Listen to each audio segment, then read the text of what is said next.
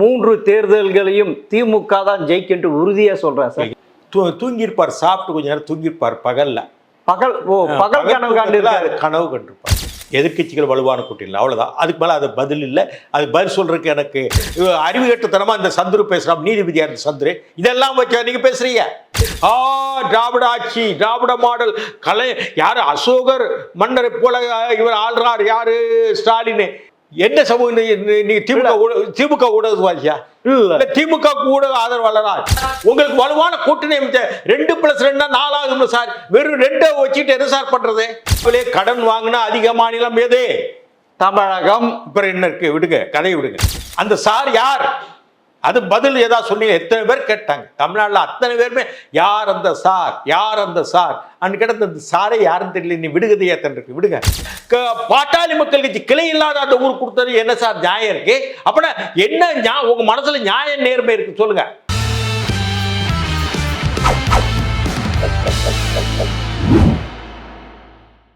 GeM TV நேயர்களுக்கு வணக்கம். அரசியல் ஆடுகள பகுதி அரசியலாளர் KS ராதாகிருஷ்ணன் அவர்கள் சந்திப்பவர். வணக்கம் சார். வணக்கம் சார். திமுகவில் நீங்க நெடுங்காலம் பயணம் செஞ்சிருக்கீங்க, அதனுடைய வரலாறு பத்தி நல்லா தெரியும். இப்ப தமிழக முதல்வர் 2026, 2031, 2036 3 தேர்தல்களையும் திமுக தான் ஜெயிக்கின்ற உறுதியா சொல்றேன் சார். ஊட்டியில் உட்காந்து தூங்கியிருப்பார், மழை பெஞ்சதுன்னு சொன்னாங்க. இங்க ஊட்டியில மழை பெஞ்சதுன்னு சொன்னாங்க. பகல்ல வெளியே போக முடியல. அந்த பகல் நேரத்துல இந்த கனவு பார்த்துருப்பார். குடும்பத்தோடு போயிருந்தார் சார். அதான் சார் சொல்றேன், பகல் நேரத்துல வெளியே போகல. ஊட்டியில நேற்று மழை, அவர் வெளியே எங்கேயும் போயிருக்க முடியாது. தூங்கியிருப்பார், சாப்பிட்டு கொஞ்ச நேரம் தூங்கியிருப்பார் பகல்ல. பகல் கனவு காண்டிருக்காரு. கனவு கண்டிருப்பார் சார். அது நீங்க இது சொல்றீங்க 2019, 2021, 2024 3 தேர்தல் தொடர்ந்து ஜெயிச்சிருக்காரு சார். அப்போனா அவர் கனவு நனவாகலாம்ல. வலுவான கூட்டணி இல்லை, எதிர்கட்சிகள் வலுவான கூட்டணி இல்லை, அவ்வளோதான். அதுக்கு மேலே அது பதில் இல்லை. அது பதில் சொல்கிறதுக்கு எனக்கு சொல்கிறதுக்கான அவசியம் எனக்கு இல்லை. அந்த அவரை பற்றி பேசக்கூடிய அளவு எனக்கு என்னுடைய சூழல் இல்லை சார்.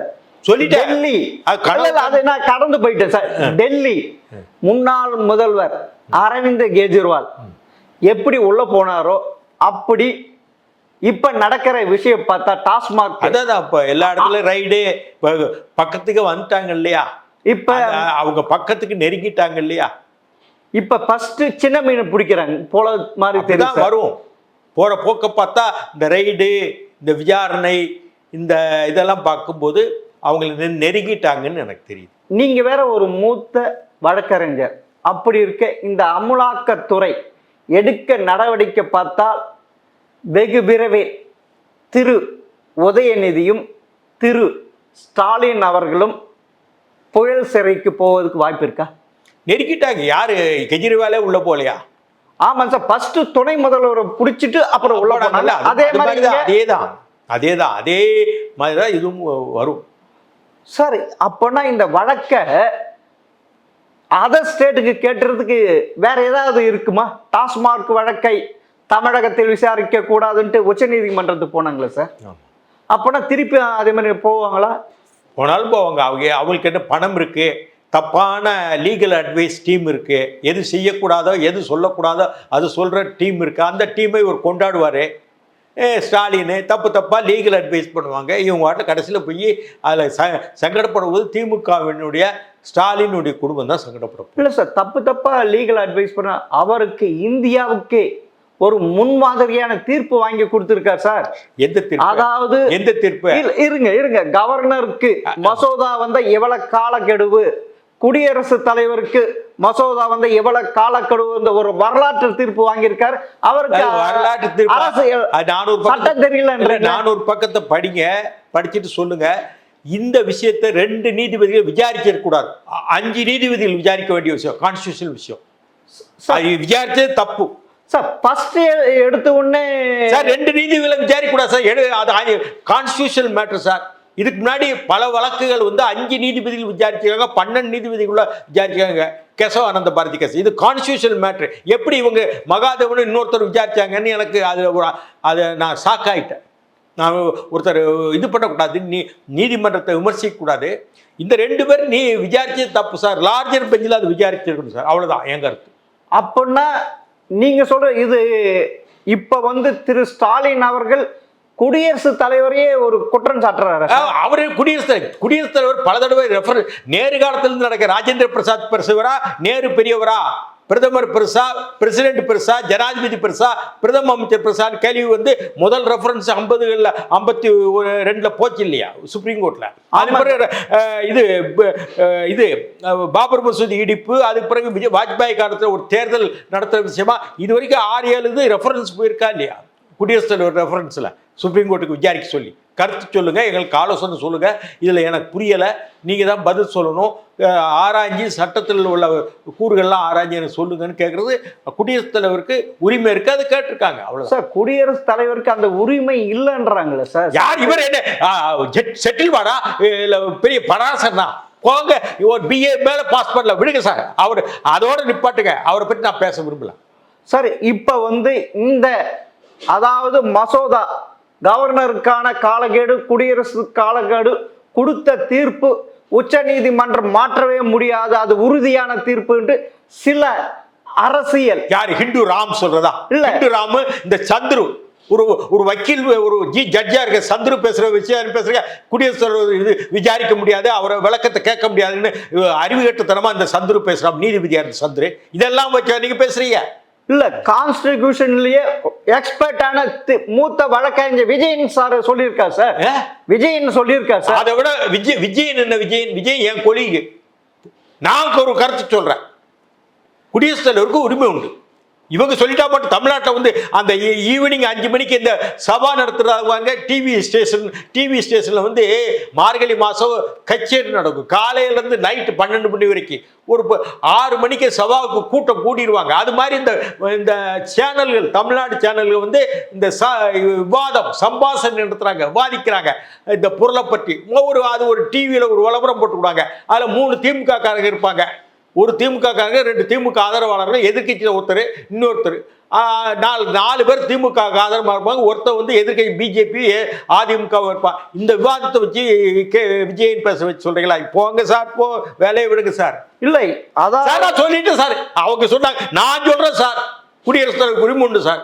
நான் சுப்ரீம் கோர்ட்ல எத்தனையோ PIL போட்டிருக்கேன் சார். விஜயன் சொன்னாரு, சந்துரு சொன்னாரு, ஹிந்து ராம் சொன்னாரு, பேச அவருக்கு எல்லா குடியரசுத் தலைவருக்கு உரிமை உண்டு, கேட்கறதுக்கு உரிமை உண்டு. அந்த கான்ஸ்டியூஷன் பெஞ்சு விசாரிப்பாங்க, அதுக்கான கருத்தை சொல்லுவாங்க. இது வரைக்கும் பல 4-5 நேரு காலத்தில் நடந்திருக்கு, இவர் காலத்தில் யாரு வாஜ்பாய் காலத்தில் நடந்திருக்கு, அதே மாதிரி 88லயோ 89லயோ ராஜீவ் காலத்தில் நடந்திருக்கு. இதெல்லாம் கேட்கறது நியாயம், குடியரசுத் தலைவர் கேட்கறது நியாயம். வெங்கட்ராமன் கேட்டாரு, இதெல்லாம் கேட்டிருக்காங்களே. சும்மா இங்க உட்கார்ந்து இந்த சென்னையில உட்கார்ந்து கும்மிடி பூண்டிக்கு தாண்டாம சென்னையை வச்சுட்டு திராவிட ஆட்சி, திராவிட மாடல் கலை, யாரு அசோகர் மன்னரை போல இவர் ஆள்றார், யாரு ஸ்டாலின், என்ன ஆண்டுட்டாரு சார்? விடுங்க சார், பேச்சு விடுங்க சார். அவ்வளவு சமூக நல திட்டங்களை கொண்டு வந்து சார். என்ன சமூகம்? நீங்க திமுக ஊடகவாதியா? இல்ல, திமுக ஊடக ஆதரவாளரா? தமிழ்நாட்டில் 45% 50% திமுகவுக்கு ஆதரவாகவே பின்பாட்டுப்படுற ஊடகவாதிகள் இருக்காங்க, யூடியூப்லயும் அதுல இருக்காங்க. பழைய பென்ஷன் திட்டம் கொண்டு வந்துட்டாரா? இல்ல. எலக்ட்ரிக் ரீடிங் மாசத்துக்கு கொண்டு வந்துட்டாரா? இல்ல. விலைவாசியை குறைச்சிட்டாரா? இல்ல. பஸ் கட்டண விலை குறைச்சிட்டாரா? இல்ல. முத்திரத்தாள் கட்டணம் இது பண்ணிட்டாரா? இல்ல. சாத்தாங்குளத்துக்கு ஓடி அங்க அண்ணனும் தங்கச்சி ஓடினாங்கல்ல, இப்ப டெய்லி ஒரு பட்டப்பகல்ல ஒரு கொலை நடக்கு, கோர்ட்லயே நடக்கு, டெய்லி ஒரு கொலை நடக்கு, சட்ட ஒழுங்கு சீரு. அது மாதிரி பாலியல் பலாத்காரம், சின்ன பிள்ளை 6 வயசு 7 வயசு பிள்ளைய பாலியல் பலாத்காரம் பண்றாங்க. அது போதைப் பொருள், கள்ளச்சாராயம், இவ்வளவு நடந்து இவர் என்ன இது கொண்டு வந்துட்டார், இந்த ஆட்சியை கொண்டு வந்துட்டார் தெரியாம கேட்கிறேன். தேர்தல் அறிக்கையில கொடுத்து 90% நிறைவேற்றிட்டுன்னு சொல்றாருல்ல சார்? இல்ல. 90% நிறைவேற்றிருக்காரா? நீங்க நடுநிலையா இருந்தானே, இல்ல என்ன ஆட்சி? இதுலயே பதில் இருக்கா இல்லையா? நீங்க இருக்கு. ஆனா அவங்கள மலை போய் சார் ஊர்ல வேஷ்டி கட்டாத ஊர்ல ஒரு கோமணம் கட்டினவன பார்த்து சிரிச்சா, முண்டமா இருந்துட்டு சிரிக்கிறான்னா என்ன சொல்றது? அப்படித்தான் உலகம், விடுங்க. அப்படிதான் இந்த ஆட்சி இருக்குன்றீங்க? ஆமா, ஆட்சியில ஒண்ணு நடக்கல, எல்லாம் அலங்கோலம் ஆட்சி தான். ஆமா. அப்பனா எப்படி சார் தொடர்ந்து 2019 அதான் கூட்டணி வலுவான கூட்டணி அமையல சார். உங்களுக்கு வலுவான கூட்டணி அமைச்ச 2+2 4 ஆகுது சார். வெறும் 2 வச்சுட்டு என்ன சார் பண்றது? 2 தானே சார் இருக்கும். நீங்க கூட்டணி வலுவான ஓட்டுக்கு காசு கொடுத்தீங்க, ஏமாத்துனீங்க. போன தேர்தலில் என்னென்னலாம் செய்வோம், மதுவிலக்கை கொண்டு வருவோம் எல்லாமே சொன்னீங்க, ஏமாத்துனீங்க. இப்போ கனிமொழி கேட்டால் என்னமா விதைகள் எத்தனை இருக்காங்கன்னா ஓடி ஒளியுது பைக் நிட்டா. ஒரு எம்பி எம்எல்ஏ மந்திரிங்கிற தகுதியை தவிர திமுக காரங்க வேற என்ன சார் இருக்கு சொல்லுங்க, விடுங்க சார். அவங்க அதாவது தமிழகத்திலேயே இந்தியாவிலே பொருளாதாரத்தில் மிக உயர்ந்த மாநிலம் 9% நாங்க தான் இருக்கு அப்படி சொல்றாங்களே சார். இந்தியாவிலே கடன் வாங்கினா அதிக மாநிலம் எது? தமிழகம். அப்புறம் என்ன இருக்கு, விடுங்க கதையை விடுங்க. அது கடன் வாங்காத மாநிலம் கூட. கடன் இவ்வளவு கடன் சார் வாங்குவாங்க, அந்த கடன் இவ்வளவு வாங்குவாங்க. இவங்க கொள்ளையடிச்சுக்குவாங்க. அந்த மதுவிலக்கு மது சம்பந்தமான படம் எல்லாம் வேற எங்கேயோ போகும், அதுல இருந்து செலவு பண்ண வேண்டியதானே. ஏன் கடன் வாங்குறாங்க கேட்கிறேன். அப்புறம் என்ன முன்னேற்றமான மாநிலம் சார்? நீங்க சார் இதெல்லாம் ப்ரொஜெக்ஷன் சார். இது வந்து ப்ரொஜெக்ஷன், இது ப்ரொஜெக்ஷன். இவங்களாவது ஒரு விளம்பரப்படுத்திக்கிறாங்க, ஏதோ ஒரு வகையில விளம்பரப்படுத்திக்க அதுக்கு தான் செலவு பண்றாங்க. தங்களை விளம்பரப்படுத்திக் கொள்வதும் ஆட்சி நல்லாட்சி என்று சொல்லுவதற்கான அந்த பணியை தான் செய்யறாங்க. நாட்டு மக்களுக்கு ஒண்ணுமே செய்யல. வருகின்ற சர்வே சரி மிக சர்வே யார் சர்வே யார் எடுக்கிறாங்க? உங்களை போட்டு ஆட்கள் எண்ணி போட்டு ஆட்கள். எனக்கு ஒரு 10 கோடி ரூபா கொடுத்தாச்சா நான் எழுதுறேன். நேற்று ஒரு பத்திரிகையாளர் நேற்று வரைக்கும் திட்டி எழுதுறாரு, எனக்கு தெரியும். இப்போ யாரோ ஒருத்தர் உறவுகாரர் சந்திச்சார ஸ்டாலின் உறவுகாரெல்லாம் அன்னையிலிருந்து தலையங்க மாறி எழுதுறாரு. இதுதான் தமிழ்நாட்டில் நடக்குது. பத்திரிகை ஊடகம் அவங்க பாக்கெட்டில் இருக்கு, ஊடகங்கள் அவங்க பாக்கெட் இருக்கு. அதே மாதிரி தங்களை தமிழ்நாடு அரசாங்கம் முன்னணியில் இருக்குன்னு எழுத சொல்றதுக்கு ஒரு காசு இவ்வளவு நடக்கு. இப்படி அதை போய் நம்ப சொல்றீங்களே, விடுங்க சார். அதாவது 52 வருடங்கள் நிகழ்த்தாத வரலாற்றை இப்பொழுது திரு ஸ்டாலின் அவர்கள் நிகழ்த்த போகிறார் திமுகவில் அப்படின்ட்டு சொல்றாங்களே சார். 52 வருடங்களாக தினமும் ஒரு கொலை தமிழ்நாட்டில் நடக்கவில்லை, தினமும் ஒரு வழிப்பறி நடக்கவில்லை, தினமும் அந்த பெண்களுடைய சங்கிலி பறிப்பு நடக்கவில்லை, அதே மாதிரி பாலியல் பலாத்காரம் நடக்கவில்லை, போதைப் பொருட்கள் எல்லா பள்ளிக்கூடங்கள் வரை வந்து கல்லூரியை விட்டு. இதுதான் மகத்தான சாதனை. இது நிகழ்த்தியுள்ளார் சார். பொள்ளாச்சி பாலியல் வழக்கு எப்படி உண்மையான குற்றவாளி தண்டிக்கப்பட்டிருக்கா? அது எடப்பாடி அவர் சிபிஐக்கு அனுப்புனாரு. அவரே தன் கட்சிக்காரன் தப்பு பண்ணாலும் சிபிஐக்கு அனுப்புனாரு. அப்பனா 2 கட்சியும் கொண்டாடுவது தப்புன்றீங்க. எடப்பாடி நியாயமா, எடப்பாடி பழனிசாமி நியாயமா சிபிஐ கொடுத்தார் சார். இவங்க அப்படின்னா சிபிஐ கொடுப்பாங்களா சார்? அவர் முதலமைச்சர் தான், தன் கட்சிக்காரன் சம்பந்தப்பட்டிருக்கான், சிபிஐ கொடுப்பாரா? அவர் தான் கொடுத்தாரு. இவங்க சொல்லியா கொடுத்தாங்க? என்ன பேசுறீங்க? ஆனா நீங்க சொல்றது உண்மைதான். அண்ணா நகர் ஒரு சிறுமிய பாலியல் வழக்கு, அது சிபிஐ கொடுத்ததுக்கு உச்ச நீதிமன்றத்துக்கு போய் அது ஸ்டே ஆர்டர் வாங்க உண்மைதான் அது. அப்பனா ஸ்டாலின் எடுக்காததை எடப்பாடி தைரியமா எடுத்தார். ஆனா அப்படி இருக்கிறப்ப இப்ப அண்ணா யூனிவர்சிட்டி மாணவி பாலியல் வழக்கு கரெக்டா தானே விசாரிக்கிறாங்க? எங்க விசாரிக்கீங்க? கரெக்டா தான். அந்த சார் சொல்லிட்டீங்களா? யார் அந்த சார்? அந்த சார் யார்? அது பதில் ஏதாவது சொன்னீங்க? எத்தனை பேர் கேட்டாங்க தமிழ்நாட்டில், அத்தனை பேருமே யார் அந்த சார், யார் அந்த சார் அன்னு கேட்ட. அந்த சாரை யாருன்னு தெரியல. நீ விடுகதையா தன்றிருக்கு, விடுங்க. அப்பனா இந்த பொள்ளாச்சி பாலியல் வழக்கம் அண்ணா பல்கலைக்கழக பாலியல் குற்ற வழக்கம் 2 ஒப்பிட்டு பார்த்தா இதுல சரியாக நடவடிக்கை எடுத்தது நியாயமாக சரியாக தன் கட்சி நலன் கருதாமல் எடுத்தவர் எடப்பாடி பழனிசாமி. இத்தனைக்கும் முதலமைச்சராக தான் தனக்கு பாதிப்பு ஏற்படும், தன்னுடைய கட்சிக்காரங்க அதை இன்வால்வ் ஆயிருக்காங்க, இருந்தாலும் தைரியமாக எடுத்தார் சார். இப்ப பாத்தீங்கன்னா திரு கலைஞரை விட திரு ஸ்டாலின் தைரியமாக நடவடிக்கை எடுக்கிறார் சார்.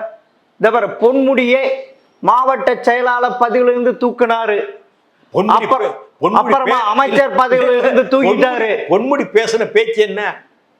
பொன்முடி பேசுற பேச்சு என்ன? எடுக்காம எப்படி செய்ய முடியும்? பொன்முடி ஒரு மதத்தை, சைவத்தையும் வைணவத்தையும் கிண்டல் பண்ணா அதை எடுத்துதான் தெரியணும். சும்மா ஒரு நாளைக்கு தேர்தல், ஒரு வருஷம் தேர்தல் வருது இல்லை, அதுக்காக எடுத்தார். இப்ப துரைமுருகன் மூத்த கட்சி அவரையும் டம்மி ஆக்கிட்டாரு. கலைஞருக்கு வேண்டப்பட்ட ஆட்களை எல்லாம் ஒதுக்குறாரு சார். அதுல முதல் பல இதில் வந்து பலியானது நான் சார். நான் கலைஞருக்கு நெருக்கமாக அப்படி படிப்படியாக கலைஞருக்கு நெருக்கமாக இருந்த ஆட்கள் எல்லாம் வெளியே கழட்டி விடுறார் சார். தன் மகனுக்கு வேண்டப்பட்ட ஆட்களை எல்லாம் வச்சுக்கிட்டுறார் சார்.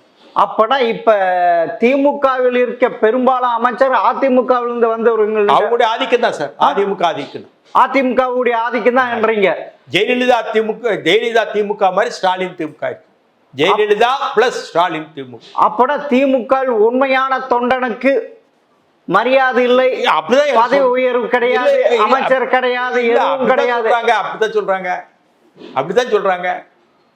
சங்கரங்கோவில் தொகுதியில் தங்கவேல் நீண்ட காலமா இருக்கிறாரு. மதிமுக வந்தாரு. அவருக்கு ஏன் எம்எல்ஏ டிக்கெட் கொடுக்கல? வேற கட்சியிலிருந்து வந்தவங்க தான் கொடுத்தாங்க. உங்களுக்கு வேற கட்சியிலிருந்து வரணும் சார், கொடுப்பாங்க சார்.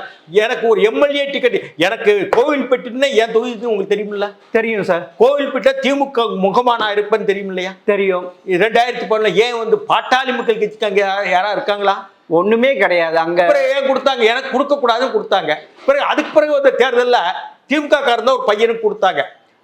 அவனால ஜெயிக்க முடியாதுன்னு தெரியும். நான் என்ன ஜெயிக்க முடியும் தெரியும். சுப்பிரமணியன் ஒருத்தர் கொடுத்தாங்க. அவன் கடைக்கோடியில் எங்கேயோ இருந்தான்.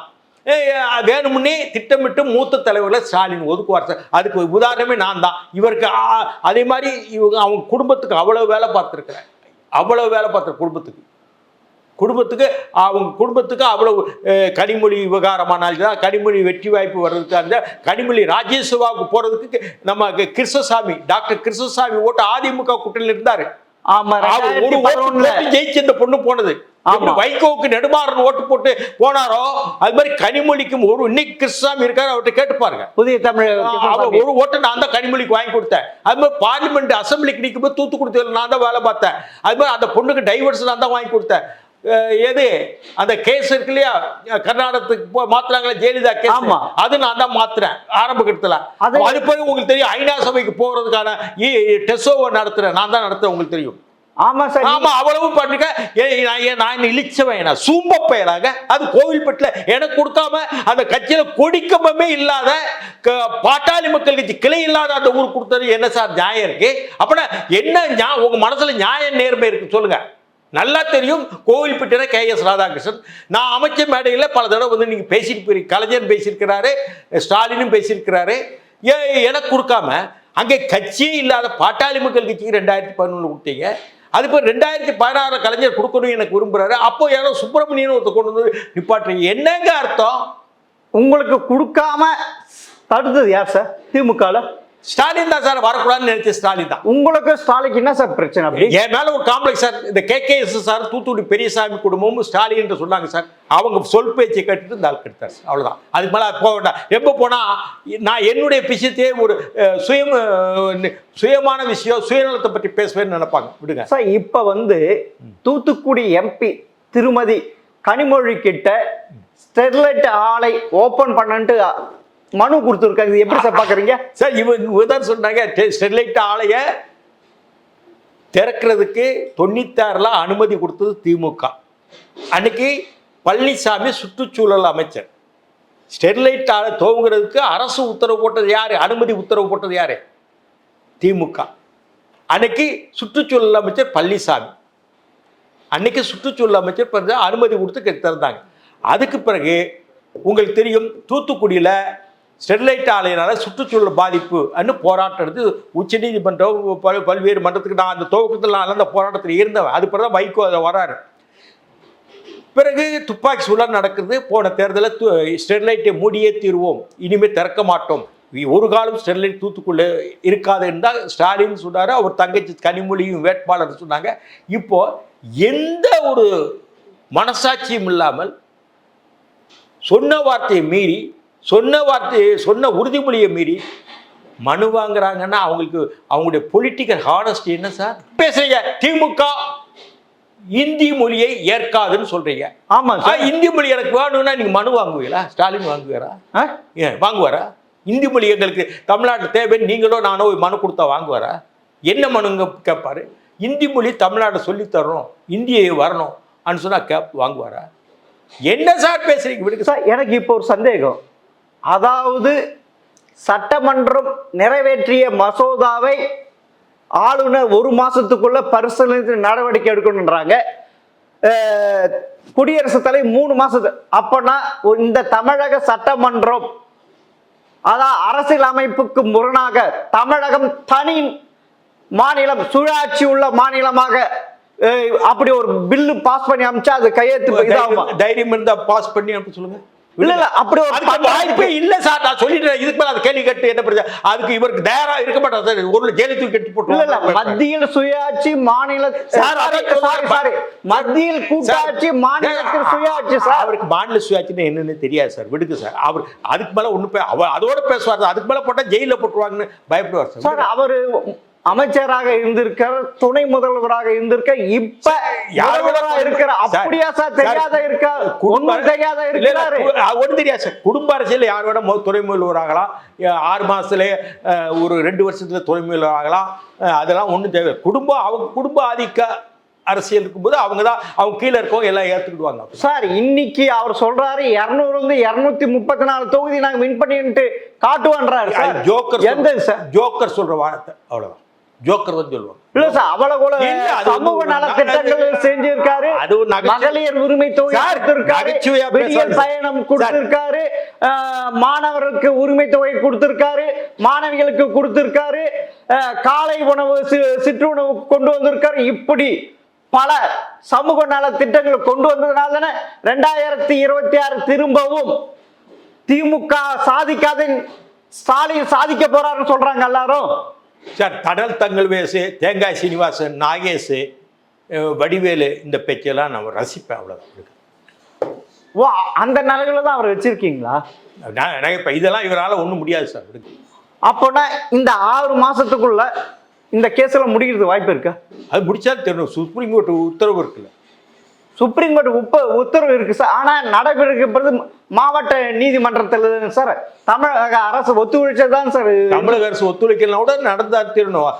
கண்டப்டா கோர்ட் ஒன்றும் பார்த்து சார் அப்படி இல்லை. இங்கேயே டாஸ்மார்க் வழக்கு உயர் நீதிமன்றத்தில் நடந்துகிட்டு இருக்கப்பயே உச்ச நீதிமன்றத்துக்கு போயிட்டு இதை வேறு மாநிலத்துக்கு மாற்ற வேண்டும் கேட்டவங்க தானே சார். இவங்க எது வேணா பேசுவாங்க சார். அதெல்லாம் இவங்க லீகல் டீமே சரியான டீமே இல்லைன்னு சொல்லிட்டு நான் முதலே சொல்லிட்டேன். திரும்ப அதே பதில் கட்டா அரைச்சமாவே அரைச்சா எப்படி? இவங்க லீகல் டீமே சரியில்லை சார். இல்ல செந்தில் பாலாஜி அரெஸ்ட் பண்ணி வச்சிருந்தாங்க. ஹேப்பியஸ் கார்பஸ் போடுவாங்களா சார்? நல்லா தெரியும். அவர் ஆஸ்பத்திரி ஓமந்தூர் அரசு மருத்துவமனையில் இருக்காரு தெரியும். ஹேப்பியஸ் கார்பஸ் எதுக்கு போடுவாங்க? ஒரு ஆள் ஆளாம போயிட்டு அரெஸ்ட் பண்ணி எங்க வச்சிருக்காங்க போலீஸ்காரங்க ஆள் கொண்டு ரொம்பவும் போடுவாங்க. இவர் இப்போ ஓமந்தூர் ஹாஸ்பிட்டலில் இருக்காரு. அவங்க சொந்தக்காரங்களுக்கு தெரியும், திமுக காரங்களுக்கு தெரியும். அவ்வளவு மந்திரிகளுமே அவங்க உட்கார்ந்தாங்க. அவங்க உட்காரவே கூடாது. ஒரு குற்றவாளி கிட்ட ஒரு மந்திரி அரசியல் சாசனம் எடுத்தவங்க போய் உட்காரக்கூடாது. அவ்வளவு கேபினெட் மினிஸ்டர்லாம் அங்கே உட்கார்ந்தாங்க. இப்போ இப்படி டீமை நீங்கள் வச்சுட்டு என்ன செய்ய போறீங்க சொல்லுங்க சார். இப்போ நீங்க உறுதியா சொல்றது சார். இப்போ பார்த்தீங்கன்னா திமுக கூட்டணி இருக்க விசிக, காங்கிரஸ், கம்யூனிஸ்ட் இதெல்லாம் வலுவாக இருக்கிறது.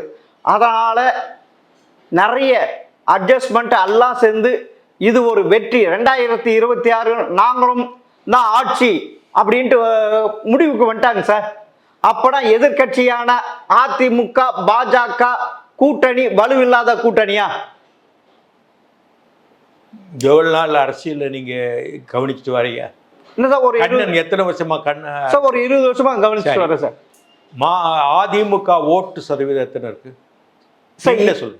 அதிமுக ஓட்டு சதவீதம் அதாவது ஜெயலலிதா மறையும் போது 42% இருக்கு சார். 40% இருந்தது இல்லையா? அது குறைஞ்சி எடப்பாடி காலத்துல 34% போட்டுக்கணும் வந்தது. ஆனா கொஞ்சம் கேளுங்க. நீங்களே பேசிட்டு போன நாட்டார கெஸ்ட்டு 34% போடுங்க. பிஜேபி போன பார்லிமெண்ட் எலெக்ஷன்ல அண்ணாமலை காலத்தில் எடுத்தது கூட்டணியோட சேர்த்து 18.9 சார். 18.9 இல்ல? ஆமா சார். பிஜேபியை 8 போடுங்க. 34 8 42 சார்.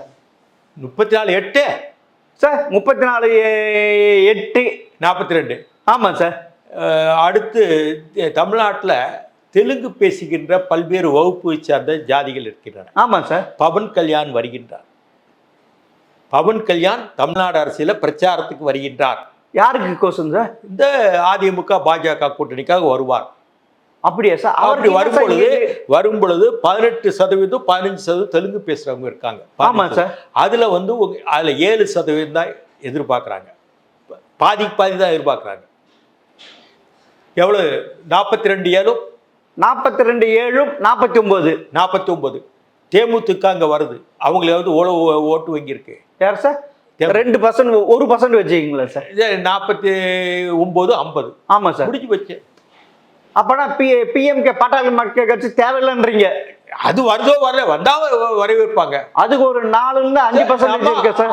54 வெற்றி. இது நீங்க போடுற கணக்கு இல்ல, நாங்க போடல. நாங்க எடப்பாடியை சந்திக்க போறேன் விரைவில். நயினார் நாகேனை சந்திக்க இல்ல. போறேன். நீங்க என்ன சொல்றீங்க? 10 கோடி ரூபாய் நானும் இப்படி போட்டுன்னு சொன்னீங்களே, கருத்து கணிப்பு நான் இப்படி கொடுப்பேன். கொஞ்சம் கேட்டுக்கிடுங்க. ரெண்டாவது விஷயம் என்னன்னா, கம்யூனிஸ்டுகள் சிபிஎம் ஏற்கனவே எதிர்த்து அறிக்கை விடுறாங்க. சிபிஐ அப்படி இருக்காங்க. இவங்க எத்தனை சீட்டு கேட்க போறாங்களோ, அதுல எத்தனை கூட்டணி கட்சி இருக்க போகுதோ, இதெல்லாம் இருக்கு. இப்ப இந்த விஷயமா நாங்க பேசிட்டு இருக்கோம் சார்.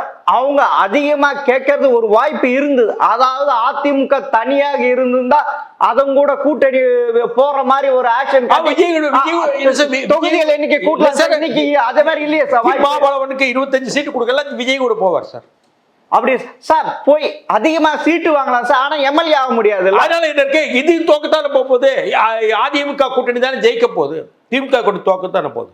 அப்பனா 52 வருஷத்து வரலாற்றை இவர் உடைக்க போறது இல்லைன்றீங்க. ஆனா ஏன்னா 52 வருஷமா தொடர்ந்து திமுக ஜெயிச்சது இல்லை, அதே மாதிரி இவரும் தோக்க போறார். அப்பனா நீங்க சொல்றது பாத்தீங்கன்னா அதிமுக, பாஜக, தேமுதிக இந்த கட்சி தான் ஜெயிக்க போகுது. இப்ப விஜய் உள்ள வந்திருக்காரு சார், அவர் ஓட்டு ஸ்பிளிட் பண்ணுவார் சார். திமுக ஓட்டை தான் ஸ்பிளிட் பண்ணுவார். சிறுபான்மையர் ஓட்டு, கிறிஸ்துவர் முஸ்லிம்கள் ஓட்டு, திமுக ஓட்டை ஸ்பிளிட் பண்ணுவார் சார். அவங்களுக்கு தான் இவ்வளவு இது பண்ணிட்டு இருக்காரு முதல்வர். சிறுபான்மைக்கு எவ்வளவு போராட்டி இருக்காரு. நோன்பு திறக்கிறாரு முஸ்லீம் மத்தியில. கிறிஸ்துவர்கள் அவருக்கு ரொம்ப செல்வாக்கு. அவரே கிறிஸ்துவ மதம். நானே உதயநிதி நானே கிறிஸ்துவர் இருக்காரு சார். அவர் விஜயே சொல்றான், நான் சர்ச்சுக்கு சண்டே போறேன்ட்டான். அப்புறம் என்ன இருக்கு, நான் உண்மையான கிறிஸ்துவர்ன்ட்டாங்க. அப்பனா உங்களுடைய அனுபவத்துல பாத்தீங்கன்னா சிறுபான்மை ஓட்டு 13%ல ஒரு எவ்வளவு வாங்குவார் சார் விஜயால 13ல 7-8% எடுத்துருவார். அப்பன்னா நீங்க அதாவது சுளையாக 13% கிடைச்சி கொண்டு இருந்த திமுகவுக்கு இப்ப விஜய் வந்து வேட்டு வைக்கிறார். இது சேர்ந்து போயிடுது சார். ஒரே ஒரு சமயத்தில் விஜய் அதிமுக இப்படி ஒரு கூட்டணி வச்சு இருந்தா அது வெற்றி கூட்டணியாக அமைஞ்சிருக்குன்னு சொல்றாங்க. அது உண்மைதான். அவர் அதுக்கு வந்து விஜய் வந்து எடப்பாடியோட பேசியிருந்தா வெற்றி கூட்டணியே அமைஞ்சிருக்கும். அது விஜய் தவறிட்டாரு. ஆனா விஜய் சரியான ஆலோசகர் சரியா கொடுக்கல. இல்ல, அவங்க விஜய் கூட சரியான ஆலோசனை இருக்காங்க. சாக்ரட்டிஸ், அரிஸ்டாட்டில், சிஸ்ரோ, அது மாதிரி இது இவர் இருக்கார் இல்லையா, அமெரிக்கன் கான்ஸ்டியூஷன் இல்லையா, வெய்ட்சன், அதே மாதிரி மேண்டஸ்கியூ போன்ற பெரிய அறிஞர்கள்லாம் விஜய் கூட இருக்காங்க சார். நீங்க அதே மாதிரி இங்க பாத்தீங்கன்னா திமுகவுக்கு அவருடைய திமுக திரு ஸ்டாலின் அவர் மருமகன் சபரீசனே பெண் அவங்க ஆலோசனை கொடுத்துட்டு இருக்காங்க சார். பணத்துல ஊழல்ற கம்பெனி சார். கருத்துக்களாலும் ஸ்ட்ராட்டஜியாலும் பணத்துல அவங்க வெற்றி பெற்றாங்க ஒரு சில நேரங்கள்ல சார். இறுதியாக சொல்லுங்க சார், 2026 தேர்தல் எப்படி அமையலாம் சார்? 2026 தேர்தல் எடப்பாடி தலைமையான அந்த அதிமுக கூட்டணி வெற்றி பெறும். எடப்பாடி மீண்டும் முதல்வர் ஆவார். ஒரு விவசாயி வீட்டு பிள்ளை முதல்வராக சந்தோஷம். சரி சார், உங்கள் பொன்னான நேரத்தை ஜெம் டிவிக்கோடு பகிர்ந்து கொண்டது மிக்க நன்றி சார்.